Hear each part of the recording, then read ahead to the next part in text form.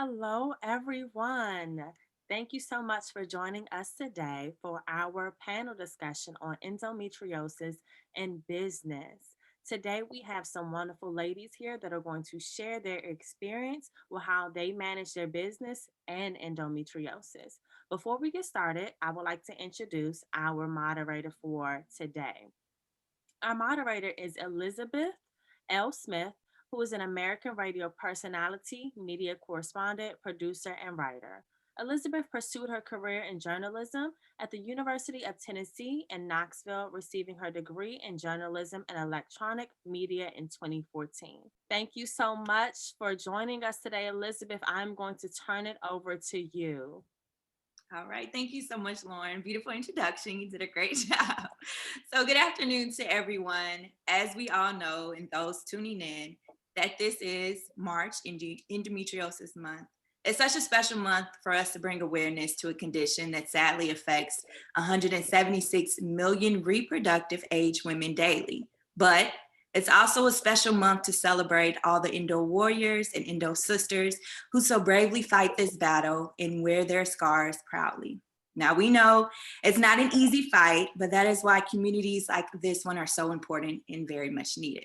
Okay, now listen, before we hop into the discussion about having a business with endometriosis, I would first love for everyone on the panel to say your name and your business and tell us all how long you fought this endo battle. So anyone can go first, no particular order.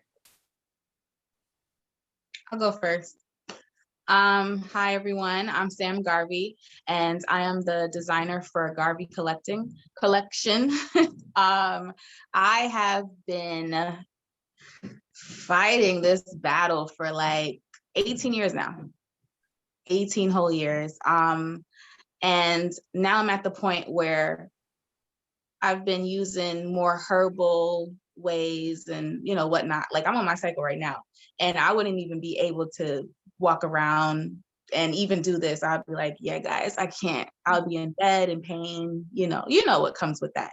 So yeah, that's been my struggle 18 years. And I did not find out until 10 years ago that I had endo. They took so long to diagnose me. And I actually already knew what I had because I had an aunt that is a gynecologist, and she said I had dysmenorrhea or endometriosis. And then I also found out recently that I have adenomyosis as well.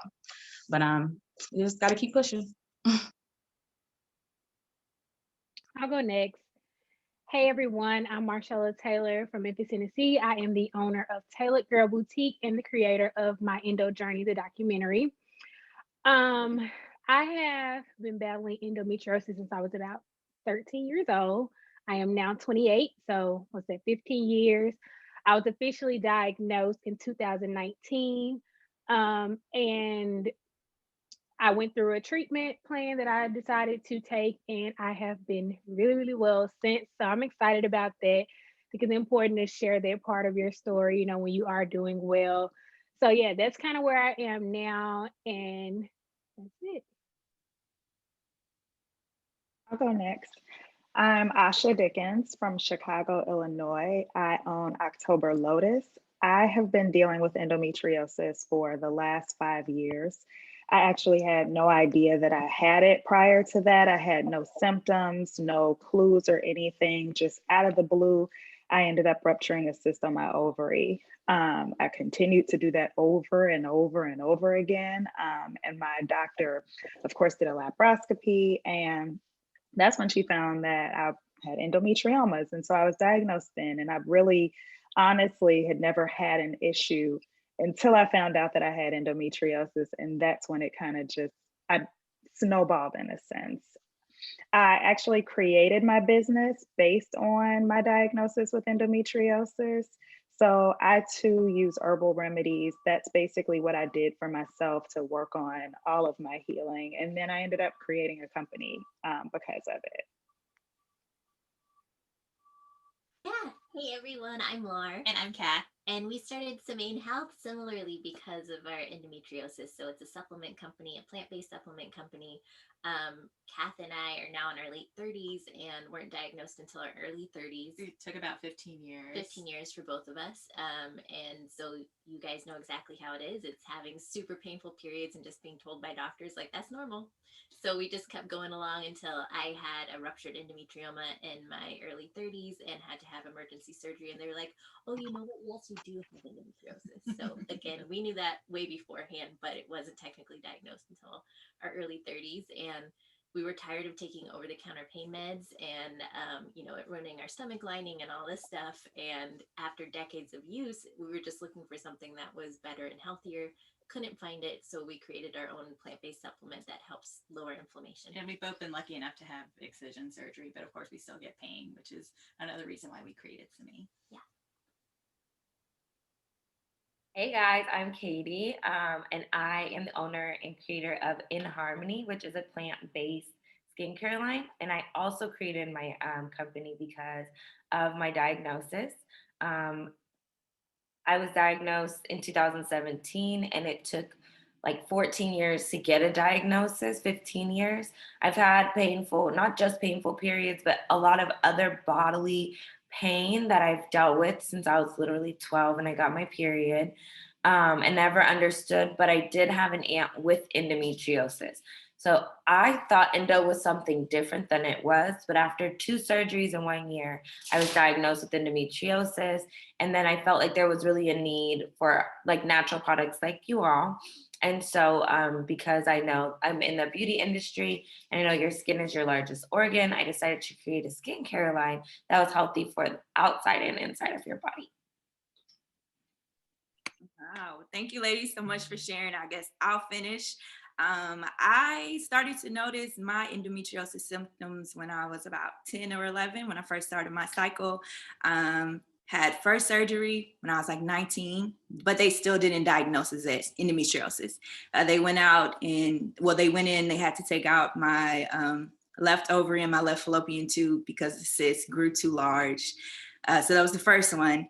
I didn't really get diagnosed until about 2017 here in Atlanta. I had my first, endometriosis surgery. And then I want to say maybe about 3.5 weeks ago, I had my third endometriosis surgery. So, I've been battling with this for a minute now, but I'm feeling much better and I'm in better spirits. So it's such an honor to be here with you ladies today to have this conversation. So with that being said, we're going to hop right into it. And this question is for anyone on the panel. Feel free to answer as you choose. Be as transparent and authentic as you guys want to be. This is a safe place. So we're here to help our sisters in this battle. So the first question that I have is, what's some advice that you would give others affected by endometriosis who want to own a business? I'll go. I would say that be prepared to have days where you can't work. Try to schedule things out, even though sometimes things just don't happen when you want them.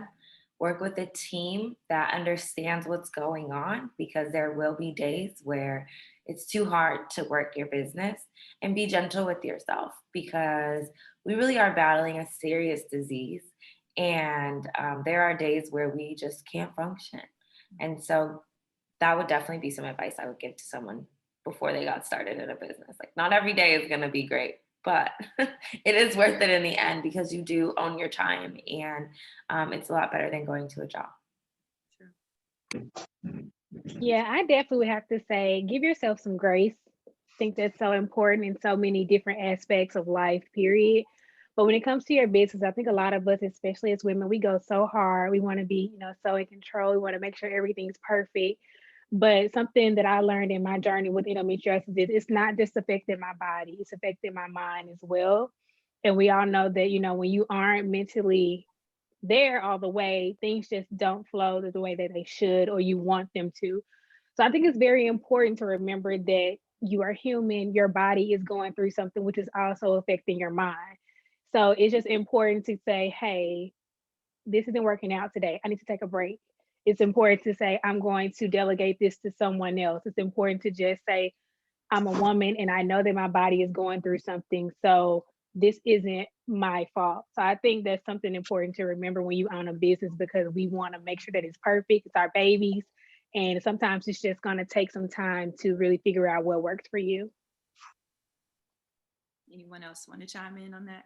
Yeah, I would echo everything that y'all have been saying as well. And also that I kind of appreciated, as much as COVID has really sucked, I really appreciated that Zoom is now, and like any sort of like teleworking from home is more common, because I feel like I've been able to work within my boundaries a little bit better. She's the introvert out of the two of us. I mean, I miss seeing people and meeting people in person. Like, I would love to meet all of y'all in person and be on a panel in person, but it has really helped on those days that, especially where I can feel the fatigue setting in after, a couple of really high stress days, which always will happen when you own your own business, that I will just be wrecked. And it's really hard for me to step back. I'm sure y'all feel the same way, because you feel like, no, there's more things I got to do and I have to keep pushing through.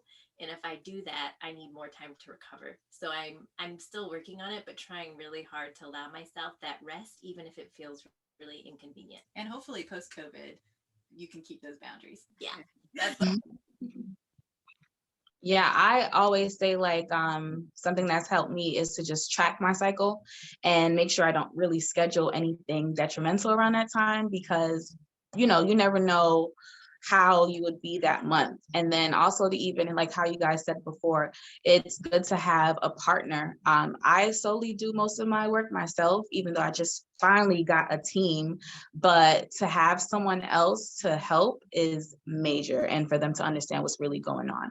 And then even like for your customers, to be transparent with them as well, if any shipping delays or something like that. Yeah. Okay, wonderful. And since we talked about the mind, also being affected by that, we all know, unfortunately, a common symptom of endometriosis is brain fog. It gets me all the time, and I have to tell people, look, it's not me, okay? Like it is my brain. But if you all are affected by this, what are some changes you have had to make to cope with this symptom and to continue to make a successful business? I'll chime in. One of the things that I do is I write everything down. I will write it down or I put it in my phone, because I will forget. And so I want to make sure I'm not missing anything, or I'm communicating things in an appropriate way. I have been in meetings where I've been like, what was I talking about? Or I thought it in my head, but I just kind of try to take my time, slow down, and make sure that I'm hitting all the points that I want to hit. So my notebook and my phone, the notes app and my calendar app are my best friends. I use the note app too in my calendar, and I set alarms. However, with scheduling, as you guys can see, it's actually my worst thing. And I will be like, I thought it was at this time. But I'm also in 2 different time zones a lot. But brain fog hits me really bad. And I think that I just try to explain to people, like, I'm really sorry, I didn't mean to mess this up or whatever. But it's actually something I'm still working on. Because I don't think I realized how bad our brain fog can get and how bad our fatigue can get. And when those go together, you're kind of just a mess. Then add pain medicine on top, or any pain remedy that you may use that will bring you into an altered state of mind. And sometimes I feel like I may lose like a day or 2, sometimes a week, to where I don't even realize. But I think just communicating with the people that you work with and trying your best, and trying to use tools like alarms, reminders, note app. And then now I have a personal assistant who's about to come on and help. And I think that her also just be like, hey, this is what your calendar looks like today, will be very helpful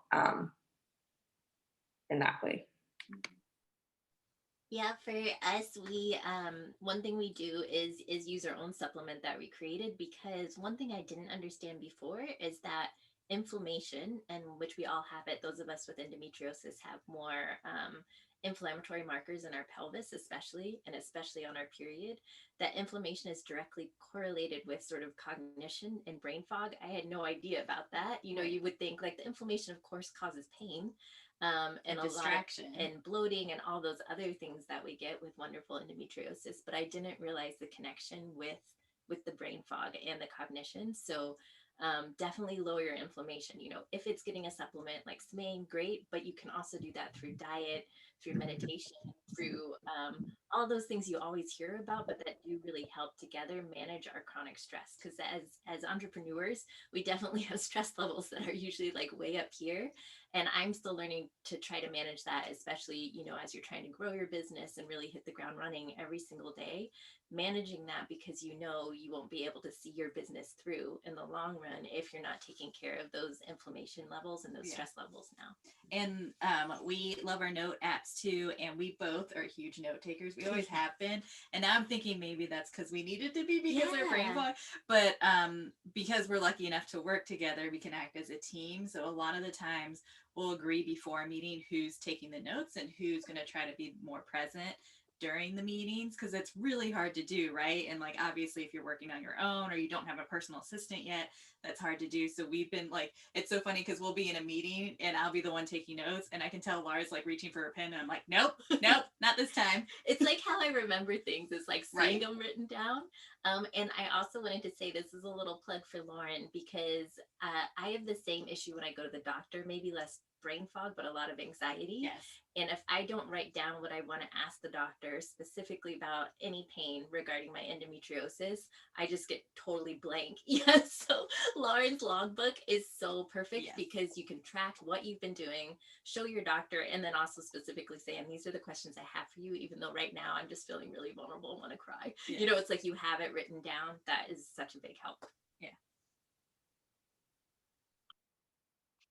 Okay, so I know a lot of you already have hit on this already, but can you guys talk a little bit more about the importance of having a strong, supportive team and trusting those in your business to take on tasks that you may not be able to do? Because as you said, this is your baby. This is something that you guys have dedicated your time and life to. So how was it designating certain goals or certain roles to people in your business and just having that support and that trust in them?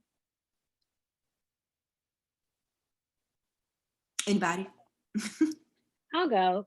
So I think that's something that's super tough for me. My team is really, really small. So it's just me and my photographer. And I also work with someone like a on-set assistant when I'm shooting, because obviously I have clothes. I'm shooting every week. And I think with them, it's not so much so more delegating, it's more so being an effective communicator and saying, like, today I'm not feeling well. Today I have inflammation in my stomach. What does this look like? Because something with my photographer we fight about all the time is a lot of times he wants to edit my body, and that's something that I'm not really into. I'm like really into showing my authentic self, especially as a women's clothing owner, because we see so much of these perfect bodies that we seem like we have to portray. And it's like, that's not what my business is about. And we were shooting last week. And when I saw those pictures, I was like, oh, you have to get rid of that pudge. Like, I cannot do it. So we came back this week. He was like, you know, you seem you're in better spirits. And I just had to be honest with them and say, there are going to be some times where I come in here and I'm going to completely hate my body today because I have endometriosis and I'm not going to feel like I look good at all. So I need you guys to give me all you got. Bring me the energy so that I can feel better. I can, hype me up, because most of the time I'm the one hyping everybody else up. So when I'm down, they're kind of like, what's going on today? So I think for me, it's just really, really communicating when I'm having those hard times and when it's hard for me to be confident in myself because my body is going through something. And when I explained it, they were like, oh, okay, yeah, like that's nothing. Like we got you. Like it's not a thing. So for me, it's more communicating, and that's even with friends and family, saying, y'all, I can't today, and I need y'all to understand that, or really explaining to them what's going on so they can be aware, and we all can communicate really well what we need from each other. Anyone else want to hit on that? I mean, I'm still struggling with that part. To delegate, like, I'm kind of like, I don't want to say I'm a control freak, but I like to oversee everything. everything. So if I'm not around to do that, it's a problem. And even with like my support system as my friends and my family, I'm just like to myself when I'm not feeling well. So everybody kind of pretty much knows like, okay, Sam must not be feeling well. Call me and tell me if you need something. And I still won't call and tell them that I need something because that's just how I am. But as time has, been going on, 18 years, like I said. So you have to get more comfortable with just being vulnerable, I guess, and just letting people know what's really going on with you. And support system is very, very detrimental, and especially in business. So get more comfortable with that because I'm still struggling with it. And it's better now that I have a team. So that's my advice. I was just gonna say that, Kath and I are lucky. We're twin sisters. We both have endo, so we know exactly what's going on at all times more than anybody else could. But I mean, it's still hard if we're both having sort of down days, then that sort of doubly brings us down. It's always like that with twins. Yeah, you're just like, you're both up really high, you're both down really low. We have the same weaknesses and the same strengths for sure. With endo too. And with endo, yeah. But I was going to say for I'm sure a lot of people attending the conference that, maybe you don't run your own business, but prior to us starting Semaine, I had never thought about being an entrepreneur, and I worked as a graphic designer in a number of agencies, and the lifestyle is very fast paced. And my the agency I was working at when I was first diagnosed, I didn't really tell them what was going on. Sorry, that's your dog. I didn't tell them what was going on, but then I had the endometrioma rupture, and so they knew because I was in the hospital for 2 weeks. But with my second job after that, I let them know right away, and I told them it was endometriosis, and I was like, if you don't know what that is, I'd be happy to talk about it with you. Like, I was just, before, it wasn't even embarrassed. I wasn't really sure what I was doing about my pain and how. And we're brought up in a society to just power through, right? And not like be vulnerable and show people what's going on. Yeah. It's like endometriosis forces you to not do that. Yeah, exactly. And what Sam and Marshella was saying, like, it's definitely communicating to people and letting them know what endometriosis is. That helps with awareness just generally, because I feel like now when I tell people are like, oh yeah, I have heard of that before, whereas like 10 years ago people would be like, endo what?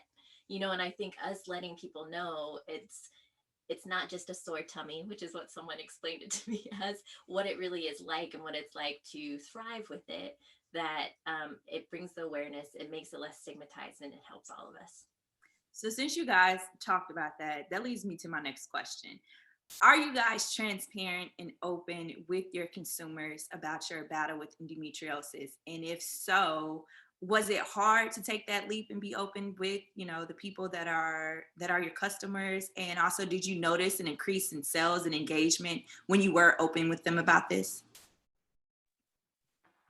I'll chime in because my whole business was built on endometriosis, as I know most of us have the same story. But for me, explaining my products, basically I make herbal remedies for women with reproductive challenges. And so I created it based on my own needs. And so I started with a blend that supports endometriosis. So I was really required to tell my story and to be honest in order to be able to tell women or explain to women how this works and how it helped me, and hopefully it can help you as well.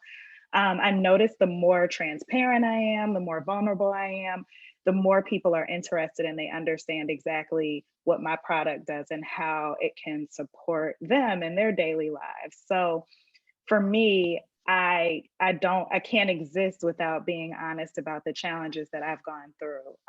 And I can only support women when I'm open and I'm honest. When I do consultations, I have to talk about my story. So absolutely. I think it's a little different. Oh, I'm sorry, you can go ahead. Please go ahead. Okay. I was gonna say, I think it's a little different for me because I own a boutique. I owned my boutique before I was actually diagnosed with endometriosis. And my supporters are actually why I told my story. I don't have a business that necessarily caters to the endometriosis community. I just am really about raising awareness from all aspects that endometriosis affects. So in my documentary, there's me speaking solely from an experience base. there's an OBGYN, which is my OBGYN, and a mental health professional. So it was important for me to give a very well-rounded idea or depiction of what endometriosis was. And I honestly never had any intentions on doing it until the day I had my surgery. So I was out of surgery. It was the week after my birthday, and we had been out the night before. I had gone into surgery the next morning. I woke up and I just posted on my story. I was just like, it's crazy that for so long I've known what's been going on in my body, but it took me 5 years of being adamant with physicians about what was happening to me for me to officially get diagnosed. And my DMs went crazy. Like so many women were saying, "Oh my gosh, I've been going through the same thing. Can you tell me what you were dealing with? Who did you see? How did you figure it out?" And it was just an overwhelming amount of women saying that they had gone through the same thing. And I initially was like, "No, I'm just gonna do a small little IGTV or something." And me being me, I couldn't just leave it at that. So the idea began to grow and grow and grow. And I was talking to a friend of mine and telling her about it. And I was like, "I think I want to do a documentary." And she's like, "Oh, I think that's good." And I was like, "Okay, okay. What else can we do?" Because I feel like it's important to educate as well. And I didn't feel like I was really versed in educating. Honestly, I solely speak from my experience, and that's why it's so important for me to bring other people along with me. I'm not a physician. I have not gone to med school. I'm not a mental health professional. I have not gotten a degree in psychology. So I can't really tell you the education piece on it. So it was important for me to do that. And that's how I got to the point of sharing my story. The ladies who follow me, who have been supporting my boutique, and just when I had a blog, when I was doing that, my supporters, they really pushed me into, sharing my story. And I'm so grateful for them because even along this journey, I've had some come back to me and say, "Hey, I went to the doctor based off of seeing your documentary, and we figured this. Now I'm getting this done because like I'm working on this." So it's an amazing feeling, but they are really why I jumped into it. So it's kind of reversed for me from everyone else's story. I just was a girl out here selling clothes who was hurting all the time, trying to figure it out. And I just shared a little bit and it just grew from there. That's really beautiful. That's really beautiful that it took the time, but when you did start to talk about it, that you had so much support. I really started my business when my endo was first like really diagnosed, and I was in the worst of the worst.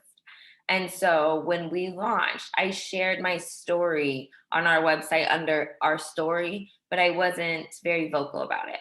And then when I started to work with our marketing director that we have now, she was like, "You have this story and people relate to stories and you should share." But I felt so vulnerable because all of this was still very new for me. And my pain after I was diagnosed went through the roof, and like all my symptoms. So then it was like, how do I even share? I'm sick every day. And she's like, "Just start sharing." And I was like, "I don't really want people to like feel bad for me." She's like, "That's not the point of sharing. So share from an open space to be helpful and whatnot." And so we started sharing slowly, with like our followers, right? But I did make it a point with everybody that was coming on our team and everybody coming into my life at that point to say, "This is what's going on for me. It's been a really hard battle right now. And like it affects me every single day." And I think that because when my team and when people who have been working with me from the beginning came on with us, I just made it a point, right? Like we launched in June, and by January I was working with my marketing director for her to try to encourage me in that way. But she's just really good in that way. And so even like with work, and then I learned how to advocate for myself with my friends and my family better because I started advocating for myself and just bringing awareness to my team. And so it became more comfortable to talk about, to where I was able to talk to people who didn't understand before, or who it was very hard for me to communicate with before. And then it just became more and more natural. And now, like, if you follow me on Instagram, I talk about endo every day. And it's just a place where now, like, I've helped, it feels good to help others not have to experience some of the things I've experienced. Like when I was diagnosed with endo, I had an endometrioma that torsioned my ovary and I had to have surgery to remove the endometrioma. But the doctor was not an endo specialist. So she went in, removed the endometrioma, found the endometriosis, but performed ablation without my consent. And so the ablation turned my endometriosis into this, like, into the worst, like, ugly thing. And it took my life over.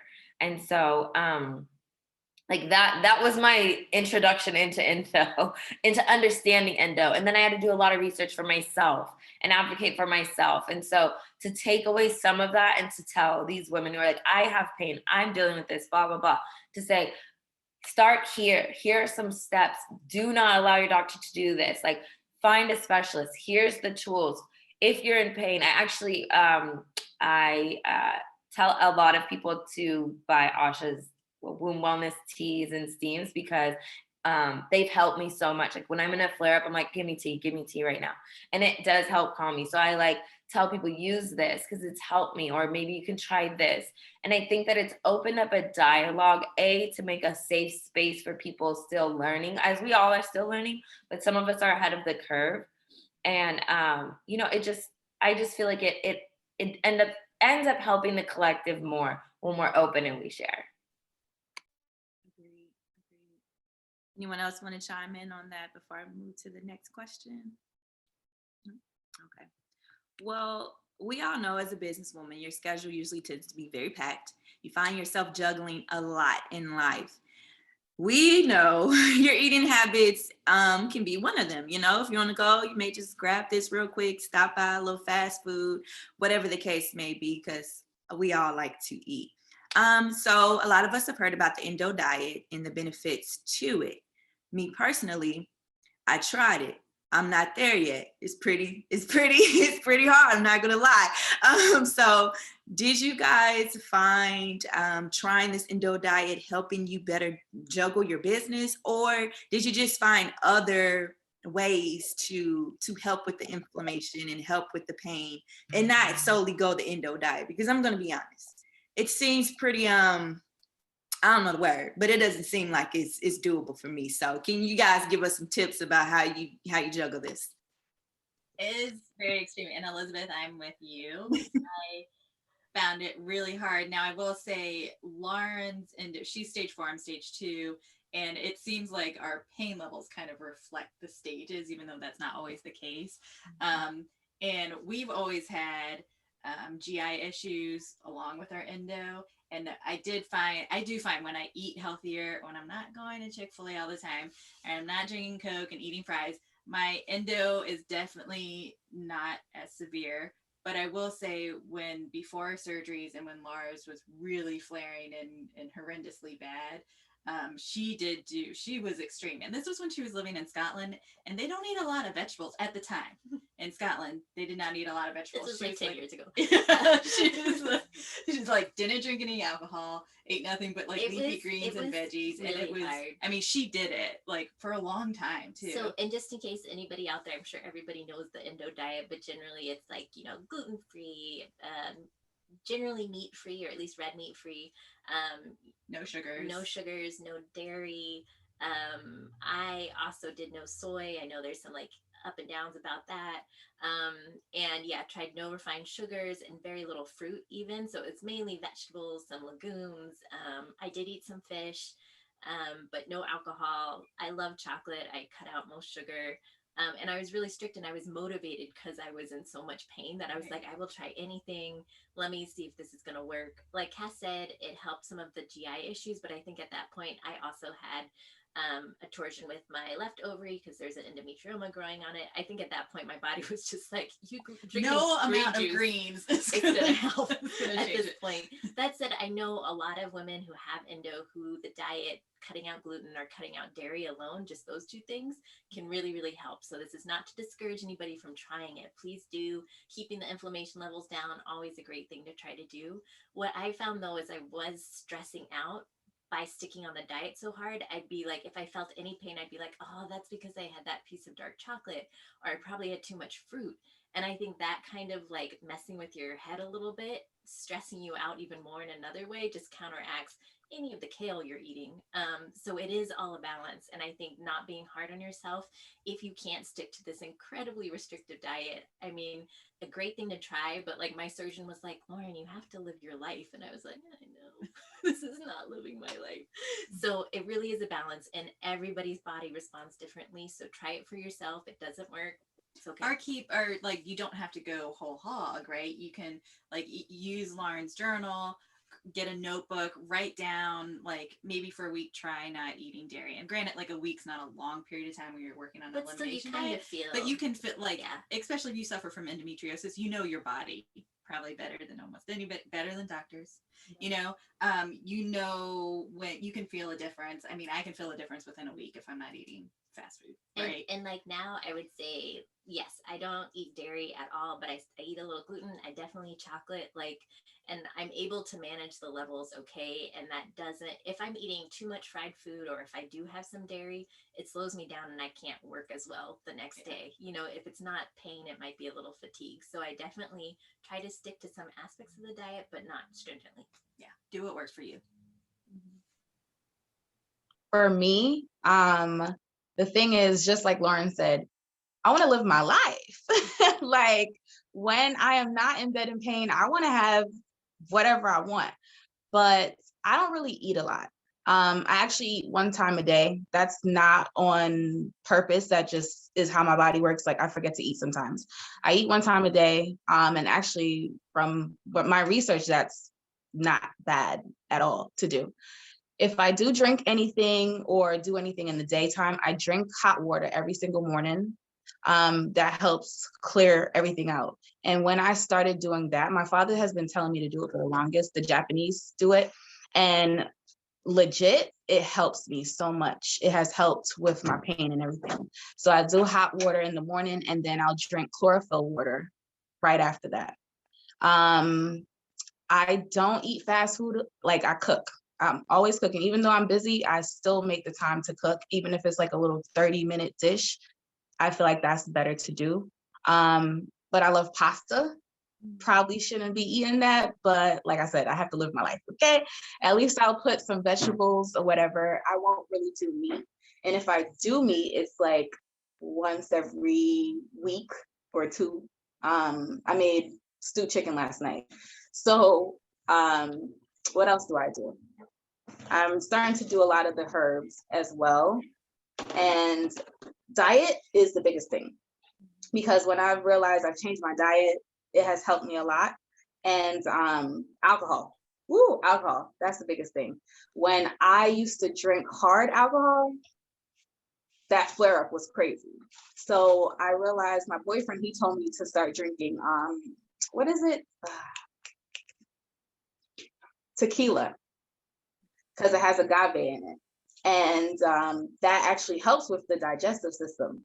So now I don't even really drink that. I'm just drinking champagne or Prosecco or some red wine. That's it, okay?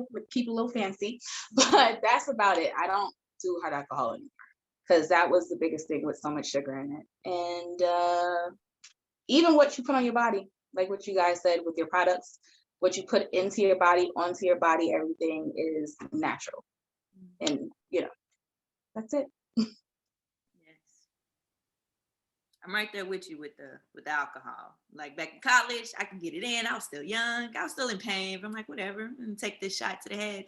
Getting older, yeah, nah, dog. Can't do it anymore. I have learned my lesson. So I have a couple more questions for you ladies, and then I will let you guys go. But we know that endometriosis is not only a physical disease, as we've stated earlier, it's also a mental one as well. Can you share with us at least 3 affirmations, and it could be really quickly, 3 affirmations that you give yourself, or as Sam said, a daily routine that you do that helps you mentally and physically dealing with endometriosis? I'm really good at setting routines, I've learned, because endo affects me so badly. I'm still waiting to have like my first real excision. So I have thoracic endo. It's all in my lung, on my diaphragm, it's on my kidney. So like I deal with, it's a lot. So when I wake up, I start with the routine of my tea, my October lotus tea. As long as I have it with me, but I have it at almost everyone's house right now. that I'm at. So I start with tea. And I just got diagnosed with a new endometrioma that's really large on my left ovary. But before that, since November of last year, I would go on a run and then do yoga, or just do yoga, like 10, 15 minutes. And in my yoga, I would say my meditations or my affirmations, right? So it's like breathing practice, meditation practice, trying to center and focus in the morning. And then also I say, number one, I am strong. My body is worthy. I can fight this another day. And I also say, I'm a woman of vision and action. I think that's one of my most powerful affirmations, because I can see it, but I have to create the action to go with it. And then I think I just have like moments of gratitude of like, even though I deal with this horrendous disease, I'm grateful to where my life is now. You know, I'm grateful I have the support system. I'm grateful I have a great partner. I'm grateful I have good friends who understand. I'm grateful that my business is thriving and I'm able to travel. I'm able to live where I want. I'm able to do things that, like, okay, Endo's kicking my butt. It really is. But the rest of my life, you know what I mean? Like, we're going somewhere with this. So I think the gratitude, the affirmations, the routine, and the short exercise, like before I was running, like when I say run, it really was like 30 seconds of running, 1 minute of walking. And then I just built that up. Yoga, stretching, any type of like, you know, really moving and stretching your body. They actually have some really good yoga for endo as well, like just gentle stretches. Because now I can't run and now I can't do like the yoga that I was doing because of the endometrioma. So, but all of those things really help to get my mind centered to say, I can work today. Or now I'm going back to bed.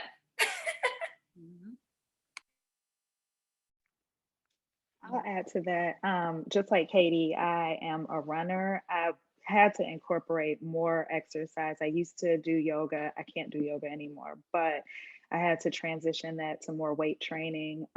So exercise actually helped me a lot. I know you asked this previously, but changing my diet, I cut out meat in 2016. So I don't eat red meat. I don't eat chicken. I'm just a pescatarian. I'm not getting rid of gluten. I'm not getting rid of sweets. I'm not getting rid of alcohol completely. I do 300 calories of alcohol a week. That's my limit, but I'm going to enjoy my life. And so to me, it's all about making sure that I enjoy my life and I'm having fun and I'm doing what I want to do. Just like Sam said, that's definitely a part of my regimen. I also have a mantra that's kind of my mantra for 2021, and it's do it scared. So I have it in my phone. It pops up every 3 hours or so that it reminds me if I'm nervous about doing something or I feel like I am facing limitations, I remind myself to just do it scared. So I'm really heavy on regimens and all of that. Also drinking water, making sure that I get at least eight ounce glasses of water. I know that that sounds completely like technical, but it's real and it really does help me. And it helps my body function the way that it needs to. So like Kaytie, I do a lot of I'm a totally regimented person.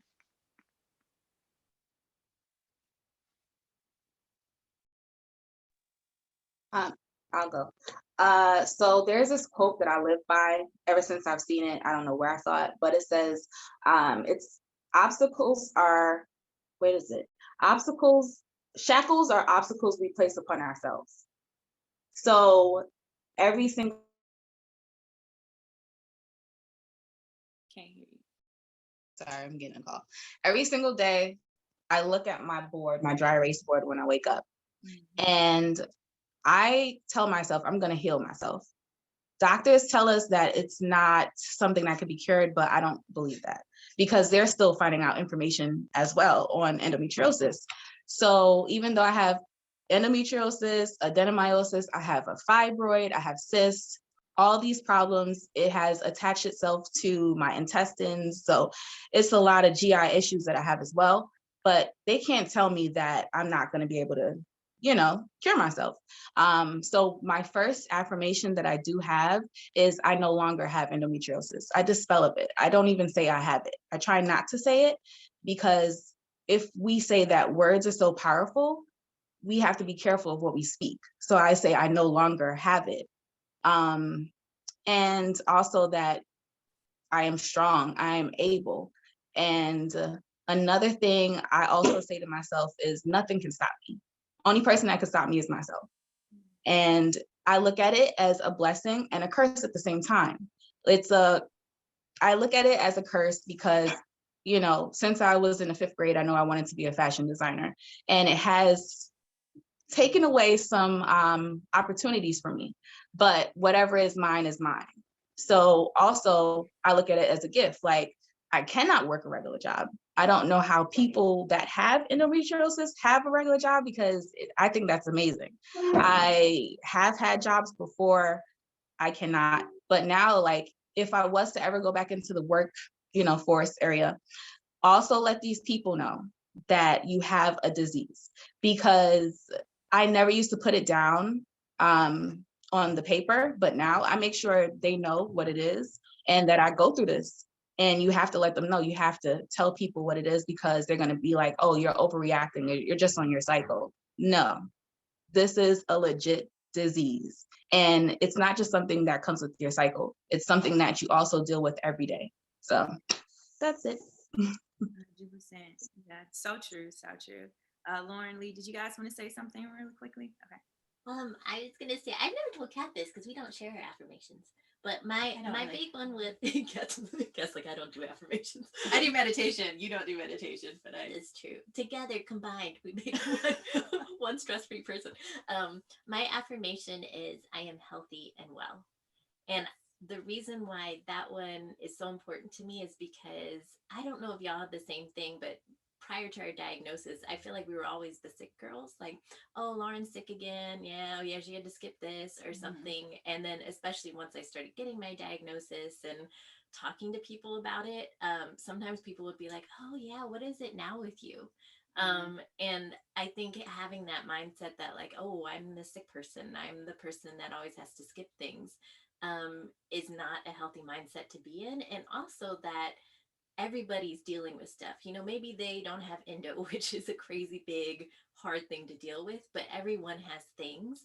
And knowing more about like the science and the biology behind what our bodies are doing, it's like in some ways, even though endo is so hard on us, it's taught us to listen to our bodies and know our bodies and try some green juice and try drinking less alcohol and really helping our bodies, when a lot of people don't have to do that and won't figure that out, even though their bodies are also fighting whatever they're fighting. Not in tune with it at all. Yeah. So I think thinking of ourselves as sick people or diseased or something like that is just not healthy. And it's like what Sam was saying. Yeah, absolutely. It's like you've got to know that, yes, I'm in pain and I have bad days and I'll have to skip things. That doesn't mean I'm not healthy and well and doing everything to sort of help my body along, and know that my body's also trying to help me. I mean, of course, they all have those days where you're like, fuck you, body, why are you feeling this way? But, you know, there's also the moments where you're like, no, my body is trying to fix itself. You know, it's trying to heal itself, and it will heal itself. And being grateful to be able to move. And, you know, we're not runners, but in all of y'all that are. So much. But we love to dance. We're big dancers. We grew up dancing, and that still just putting any music on and like dancing around the house, to me, that's the best thing to do. Even if I have some pain, like doing that, just the music itself makes me feel good. Moving my body feels good. Like that's definitely in my routine daily. Yeah, me too. I love it. Well, thank you, ladies, for sharing that, because I know for myself, I can use some of these affirmations and routines as well. And I'm sure that those tuning into this panel can as well. So before I let you all go, once again, state your name, your business, and then how we can follow you, support you, buy your products, all that good stuff. Asha, if you want to go first. Sure, sorry about that.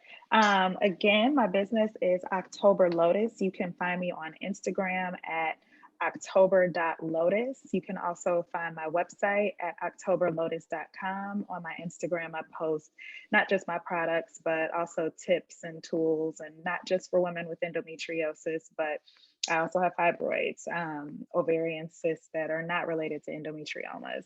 So, and I don't have PCOS, but I have educated myself on PCOS, so I support women with a lot of different issues. And you can go there to find diet tips, recipes, any factoids, things like that. Great, great. Sam? Hey, hi. Okay. I'm Sam Garvey, and I am the owner of Garvey Collection.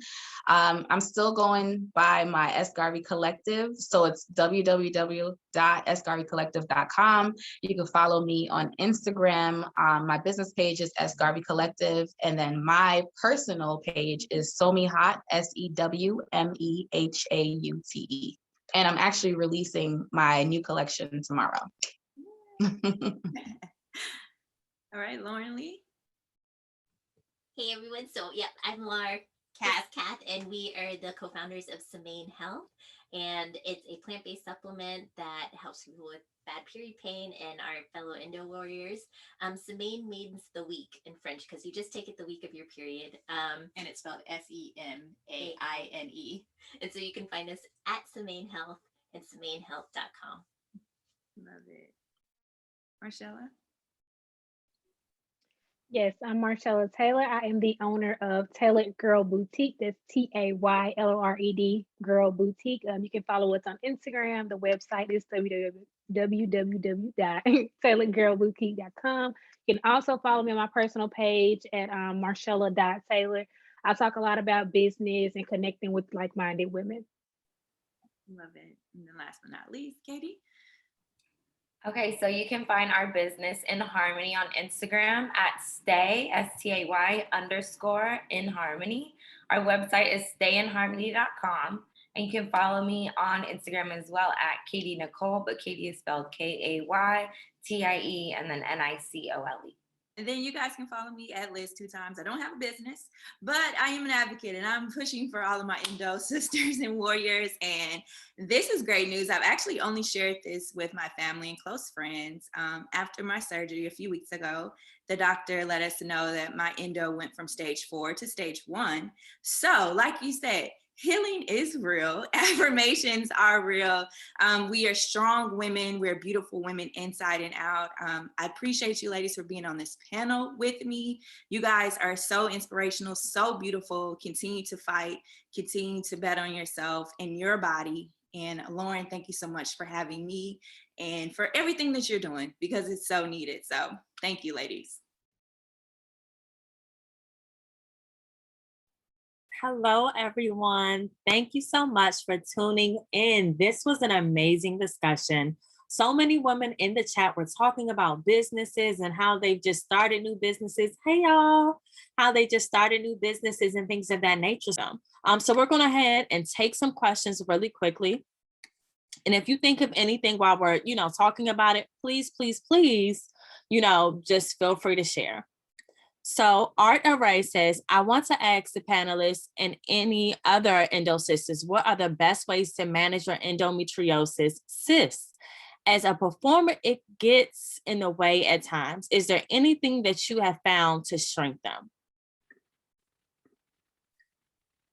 And anybody can answer. Sorry about that. I can answer. I have two things. One, a castor oil pack that's really helpful in reducing the size of cysts.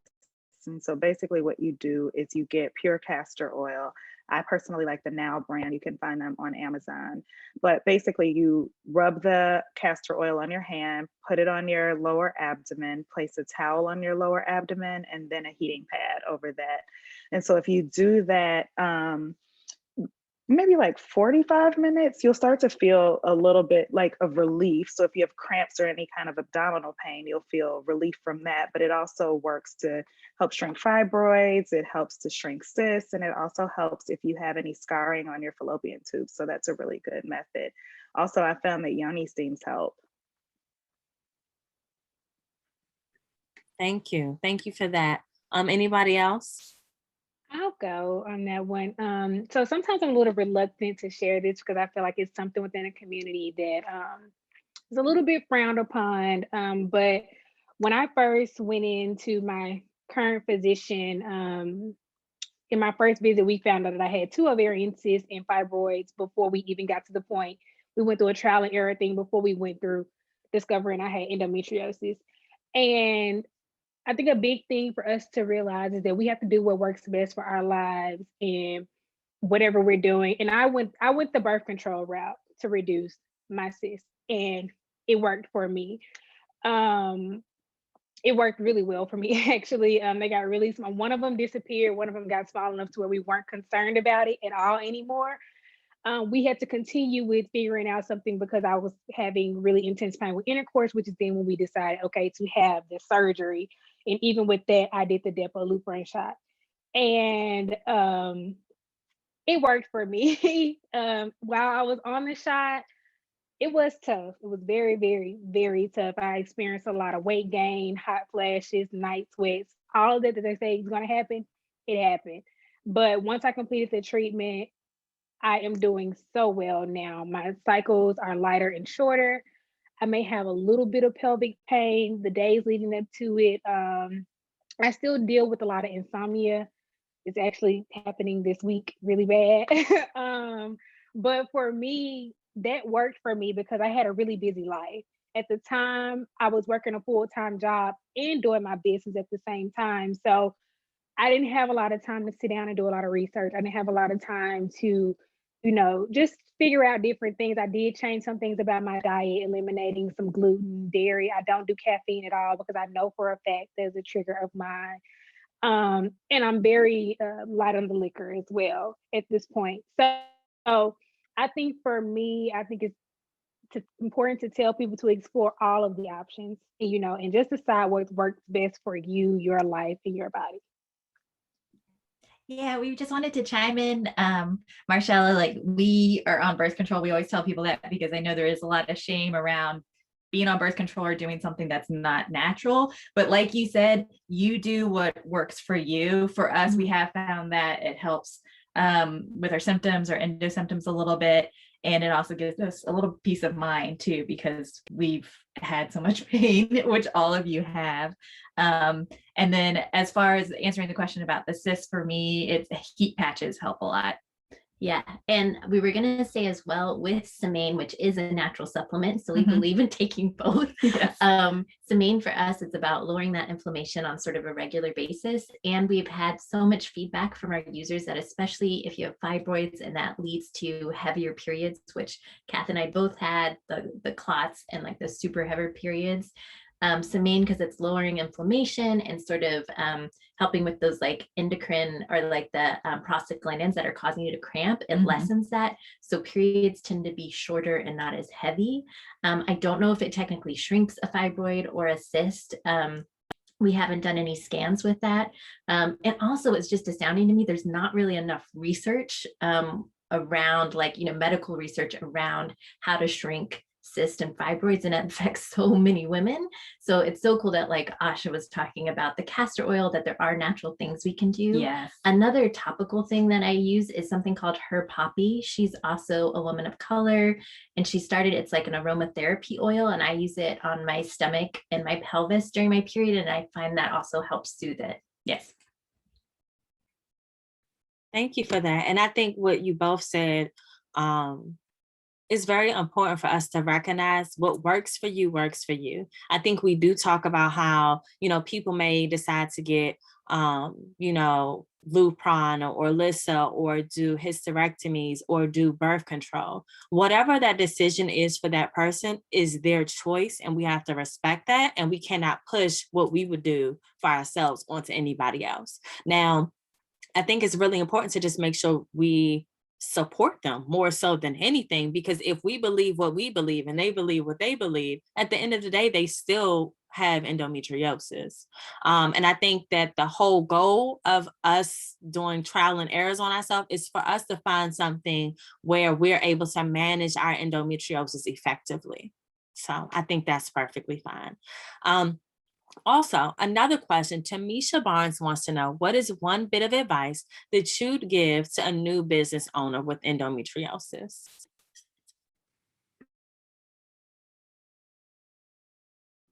Mega. Yeah. We were just going to say, for me, the biggest thing, and for Kath too, sorry, that's my squeaky chair, if you guys hear something, is definitely taking the breaks when you need it. When we first started Semaine and we were doing like 14-hour days and everything, I would think, okay, I just need to get this next thing done and then this next thing done. And once I get my list done, then I'll take a break.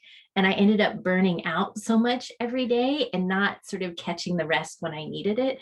And luckily, as someone owning your own business, I can take a break in the middle of the day and go lie down, or just like take a mental break. And I or go write in your journal.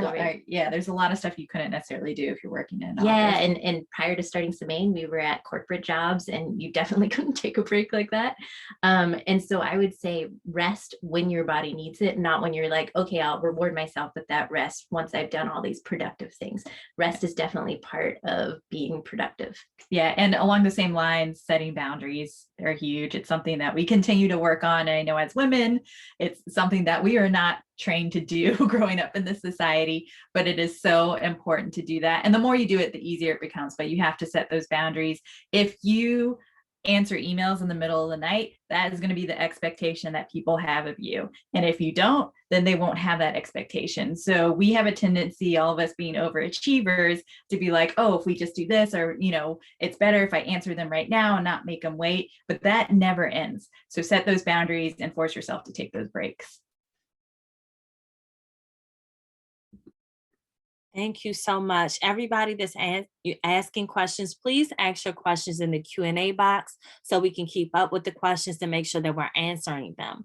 I also wanted to say, I think we may have answered this, Marshella, when we talked about the insomnia and fatigue, but somebody wanted to know, what are the recommendations for that? And for me in particular, there are none. I'm just sleep. I can't. I don't know, the recommendation is just to go to sleep, maybe.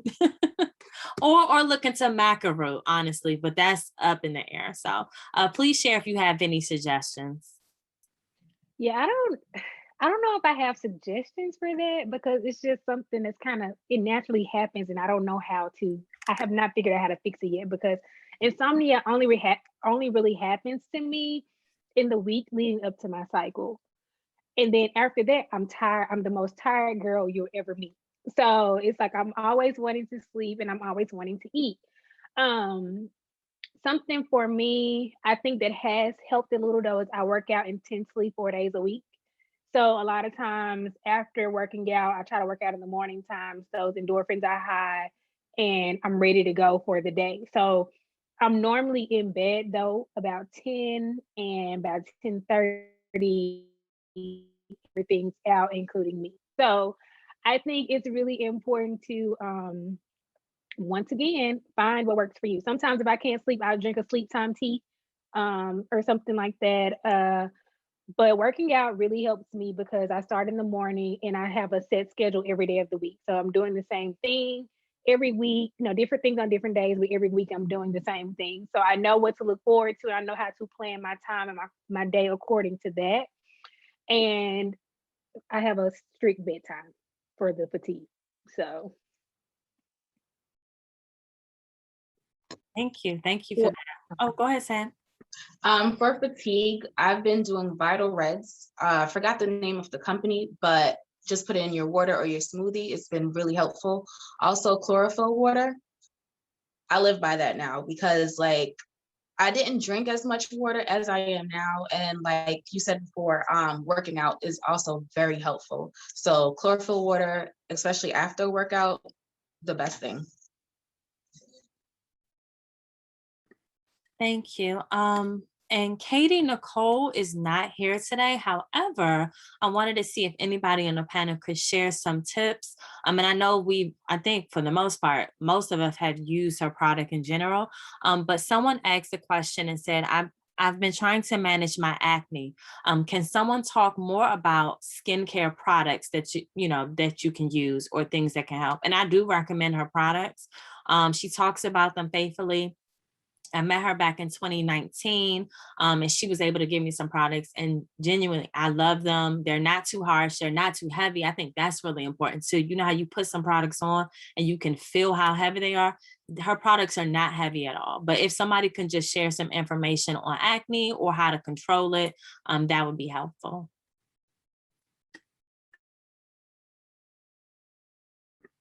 If not, it's okay. Kath and I have always struggled with acne and like cystic acne too, with hormonal breakouts. It's gotten a little bit better now that we're in our 30s, but we still have adult acne, which you weren't supposed to have. You know, it was supposed to be over. And now we get maskne. Maskne, yeah. And so yeah, all natural products like Kaytie's are awesome. I would also say I notice a difference with my diet. I used to not think that was a thing, but definitely for me personally, it's dairy. You don't have that same reaction. But if I eat a piece of cheese, literally the next day, I'll have a zit. But I remember reading like teen magazines growing up, and they're like, "Don't eat chocolate, or you're gonna break out." I eat chocolate all the time, and it's fine. And once again, going back to Marshella, like you have to figure out what works for you. I honestly don't think that chocolate thing does trigger a lot of people, but it probably does. There probably are a handful of folks who it does. So and like I have a friend who she eats cured meats like salami and stuff, and she breaks out the next day. So it might be like just trying to figure out if it is a food related thing too that can sort of help. I've heard of people eating eggs does it to them. Oh, and they realize they have an egg allergy. So it really is figuring out what your trigger foods are. I also like to add that sometimes it's hormonal as well. Like I think for me in particular, a week before my cycle, I might start having, pimples, acne, all of these things. And I'm like, my skin was just clear. I didn't do anything, but it could just honestly be because your cycle is coming on. I do know that I've been looking at a lot of things on Instagram because Instagram clearly is the new Google, but they do say, do not mess with it. You want to make sure that you do not mess with it at all. You want to also make sure, because it's technically it's inflammation, you want to make sure that it's cool. You don't want to make sure, you don't want to add heat to it. You don't want to mess with it. You don't want to pick with it because it leaves a scar. So just, put cool things on it. I've also heard that toothpaste will dry it out, but that's just the thought that I have. I've tried it. It works sometimes depending on what type of acne it is, I guess. And then Endo Black is also partnered up with Red Rose Naturals as well as Aquinas LLC. Definitely check them out. They are our partners.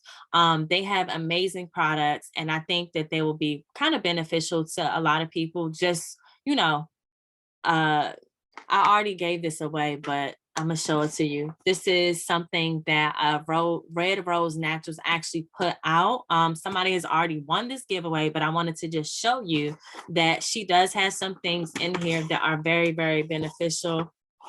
I'm not gonna pull everything out because that's a lot, but there's some things in here that are very, very beneficial. So just be mindful of that and definitely follow her. She has like recommendations on just how to manage your skin. She doesn't have endometriosis, but some things probably will help for us as well.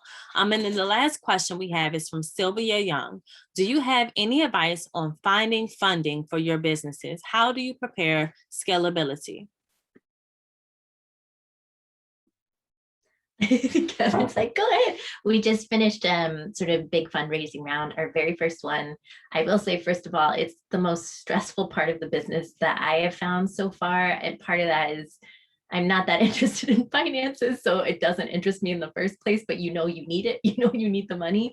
And we are hoping to grow really fast, mainly just so we can be really accessible to lots of people, that they don't have to go online and buy a super expensive product, that we can hopefully be in lots of retailers. Stay tuned next week. So with Semaine, we are trying to grow really fast and have looked for outside investment. And what really gave us a leg up was sort of twofold. The first one was we got in touch with the Honey Pot, which is a lot of you guys know the Honey Pot, but they are also based in Atlanta. So I would recommend trying to reach out to wherever you are based, a CPG group, or if it's fashion and style, other people who are sort of in your arena locally. That really helped. I think part of it, Atlanta is a fairly small city, and most CPG companies come out of, and that's consumer product goods, most companies come out of New York and LA. So finding somebody else sort of in your locale that can sort of help support you through it. And B. Dixon, the CEO of the Honey Pot, and her brother Cy Gray have been huge mentors for us. They're amazing because, and they're huge mentors for so many women, especially owned businesses in the Black community, because they have raised money when it's way harder if you're a woman of color, and especially a Black woman, to raise money. I think it's something like only 2% of women-owned businesses have raised significant amount of money, and that's even smaller if you're looking at women of color. And even smaller if you're doing something specifically for women, if your product is for women, because most of the investors you talk to are men. Yeah. That has been really tricky, and it's just stressful because you're literally going out and pitching your product and asking people for a lot of money. But definitely look into who's sort of around you and can help support you, either in an official sort of advisory capacity, or like with the Honey Pot for us, it was, in a mentorship capacity. Are the connections, and even if it's like, to me, if it's like, even if it's an investor that you're like, oh, this is not going to be a good fit, or like we could have been like, oh, they like Honey Pot, but they won't like us. If they're willing to meet with you, still meet with them, because it's practice for you. So you can get that pitch down really well. Not everything is going to feel like Shark Tank, right? You're going to be able to talk to some people that are super supportive, and maybe they're just not, they can't necessarily invest in you, but then you've had that practice and you're working on that lingo. And then you also have the support of someone being nice, in that environment, which is very stressful. So like set all the meetings, even if you think it's not going to go anywhere, because it's practice for you. Yeah. And we also really looked out too, because as we were growing, we had a couple people reach out to us from sort of like the financial investment world. And at first I was like, ooh, I don't really want to talk to investment bankers because I don't really understand what they do. But luckily we brought one on as an advisor, and he was the one that helped connect us to a lot of VCs. And I feel like a lot of it is just getting your foot in the door. I tried cold calling. There were a couple people on LinkedIn. I'd be like, hey, I have this new product. Check us out. We'd love to just talk to you for 15 minutes. And it was like radio silence. So having one connector to help you, whether again, that's somebody like the Honey Pot for us, or an advisor in that sort of VC, private equity world. And I wanted to ask, well, I don't want to ask, but insinuate and ask. If I'm not mistaken, C-Main Health is in certain stores in Urban Outfitters. And are you about to be in Target as well? Or am I making that up? Okay. Okay. No, you're so right, Lauren. We're doing a big announcement next weekend, because we'll be in store starting March 28th. And that is a dream come true. We were really lucky. A Target buyer reached out to us. She's also a woman of color. She helped us get in touch with the Honey Pot. We're gonna have to connect. Yes. Please, you guys can email us. Feel free to email us. So we're really excited. It's really scary. We're in urbanoutfitters.com, which is more of like a wholesale process. We're not in the stores. So this, I won't say the name of the store, even though Lauren already did, but you're fine. But it's a whole different, that like mass retail like that is a whole new world for us. And, we just started last year and direct to consumer. So this is new and big. I'm so happy. I'm so excited for you all. That is an amazing thing. So everybody on this Zoom is going to keep quiet until March the 28th, and then we're going to celebrate out loud. So it's hush right now. But on the 28th, we're definitely going to celebrate, because you are amazing. Both of you supported Endo Black. Actually, all of you have supported Endo Black in some type of way or fashion, and we've connected way back when. It was only like a year ago. I'm sorry. But 2020. It's a long year.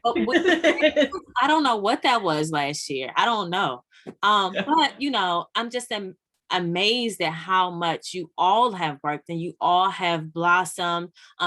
Sam, with your new collection that's out, is super cute. I love it, and I just know that your work is so unique to everything you do. And I think that is a powerful thing, because you could just do what everybody else is doing, the style that everybody else is doing, but you choose to make it unique and do things with it. So I love that. Marshella, amazing, always amazing. The fact that you shared that you had Endo after you had the shop was amazing. And then you integrated it. Now you have literally two platforms, but really one platform, and you're sharing your story as well as your product. And I think that that's amazing. And Asha, girl, I love what you do. I love tea in general, but I'm so excited to see all of the amazing things you've done since 2019 when we first connected, and all of the things. I believe you took a class. Can you share what you're doing so that everybody can really know like all the ins and outs? Sure. So October Lotus is a holistic healing company, and I offer herbal remedies in the form of drinkable herbal teas and yoni steams for women who have issues like endometriosis, fibroids, ovarian cysts, PCOS, etc.